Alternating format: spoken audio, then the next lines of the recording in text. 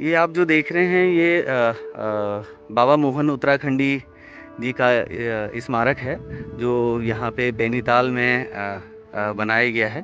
और जैसा कि आप जानते हैं कि बाबा मोहन उत्तराखंडी ने उत्तराखंड राज्य आंदोलन से लेकर के और गैरसैंण राजधानी के लिए लगातार अनशन करके एक लोकतांत्रिक प्रक्रिया के तहत अनशन करके अपने जान की आहुति दी है।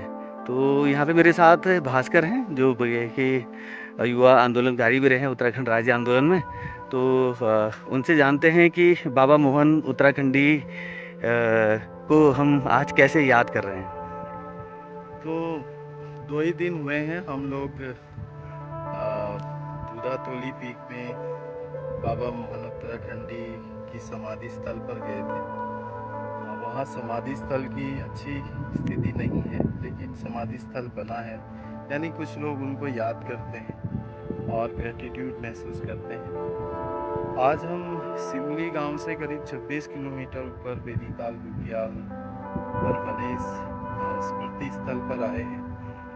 और ये काफ़ी अच्छा बना है और ये सम्मानजनक है। यहाँ बाबा ने करीब 1 साल तक धरना दिया था गैरसैंण को राजधानी बनाने के लिए, और गैरसैंण बाद में बना हुआ ब्लॉक है और गैरसैंण में ही ये क्षेत्र आता है।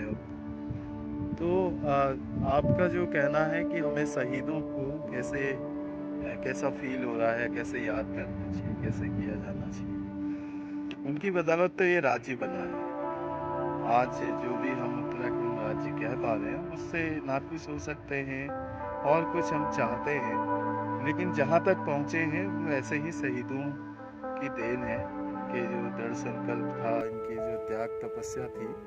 ऐसे बहुत सारे आंदोलनकारी रहे हैं, कुछ शहीद हुए, कुछ यातना के शिकार हुए, कुछ ने ताउम्र जिंदगी में अपनी ये लड़ाई लड़ी।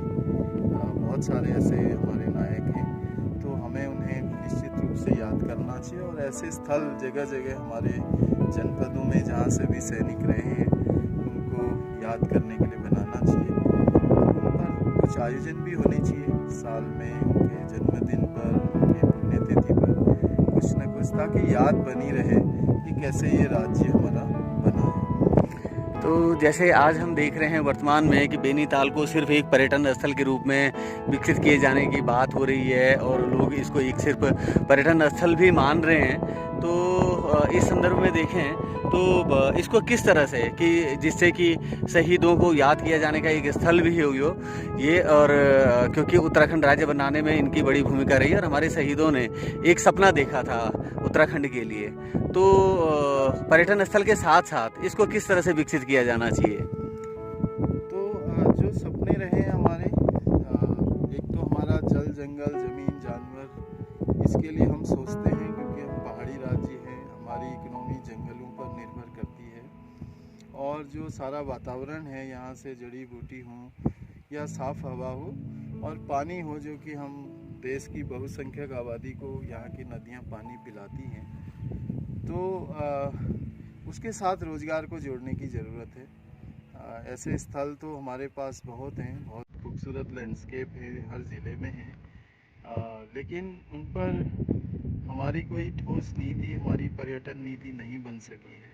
और जो भी पर्यटन आज बड़ा हिस्सा, उसमें जो इकोनॉमी तो बहुत बड़ी है पर्यटन की उत्तराखंड में, लेकिन उसमें बड़ा हिस्सा बाहर के लोगों का है, यानी कि जो पहले से संपन्न है, जो उन व्यवसायों में जुड़े हुए लोग हैं। स्थानीय युवकों के लिए, युवतियों के लिए इसमें रोजगार के अवसर बहुत कम दिखाई देते हैं। उनको सहायक के रूप में ही काम करना पड़ता है या वो ज़मीन के बिचौलिए बन जाते हैं। यहाँ भी हमने सुना है कि 2 बड़ी ज़मीनें एक उड़ीसा के पूर्व आईएएस रहे हैं, उन्होंने एक बहुत बड़ा बंगला रतुला गाँव के पास में बनाया है, और एक यही बुग्याल में एक बड़ी प्रॉपर्टी, प्राइवेट प्रॉपर्टी है, जो कि किसी जात के व्यक्ति की है। तो इस तरह के दृश्य हमें हर जगह दिखाई दे रहे हैं। वहाँ भी जो दूसरे हिस्से में दूधातोली के नीचे जो बड़ा टी गार्डन है, जो एक बड़ा जंगल है चाय का, वहाँ भी हमने देखा कि किसी बाहरी व्यक्ति का मालिकाना है। लोग चोरी छिपे वहाँ से चाय ले तो रहे हैं, लेकिन इस पर भी सोचना चाहिए सरकार को, कोई कदम उठाना चाहिए, क्योंकि जो जमींदारी उन्मूलन है उसके पहाड़ के संदर्भ में उसकी व्याख्या होनी चाहिए। एक सीमा से ज़्यादा जमीन किसी बाहरी व्यक्ति को नहीं मिलनी चाहिए। बहुत अच्छा, बहुत बहुत धन्यवाद। और मैं जहाँ तक समझ पा रहा हूँ तो मुझे लगता है कि यहाँ पर एक शिलापट ऐसी होनी चाहिए कि जिस पे बाबा मोहन उत्तराखंडी का उत्तराखंड के लिए योगदान और उनका जितना भी त्याग रहा उत्तराखंड के लिए उसका पूरा विवरण होना चाहिए, उनके पूरे जीवन वृत्तांत यहाँ पर लिखा जाना चाहिए, जिससे कि हमारी जो युवा पीढ़ी है उसको जान सके, समझ सके और अपने शहीदों को याद कर सके उत्तराखंड के संदर्भ में, कि उन लोगों की बदौलत ही आज उत्तराखंड राज्य है और उसके पीछे ही हम लोग आज उत्तराखंड की जो राज्य में यहाँ पर अपनी एक अलग पहचान के साथ में हैं, तो वो बनी रहनी चाहिए। तो बहुत बहुत धन्यवाद आपका। और जैसा कि आप देख रहे हैं कि ये चारों तरफ से ये 360 व्यू है बेनीताल का। तो यहाँ पर अभी GMBN का सामने बंगला बन रहा है, एक पर्यटक अतिथि गृह। और नीचे की तरफ अगर हम इस तरफ को देखें तो यहाँ से हम गैरसैंण से आने वाला हम जो पहाड़ियाँ हैं उनको देख सकते हैं।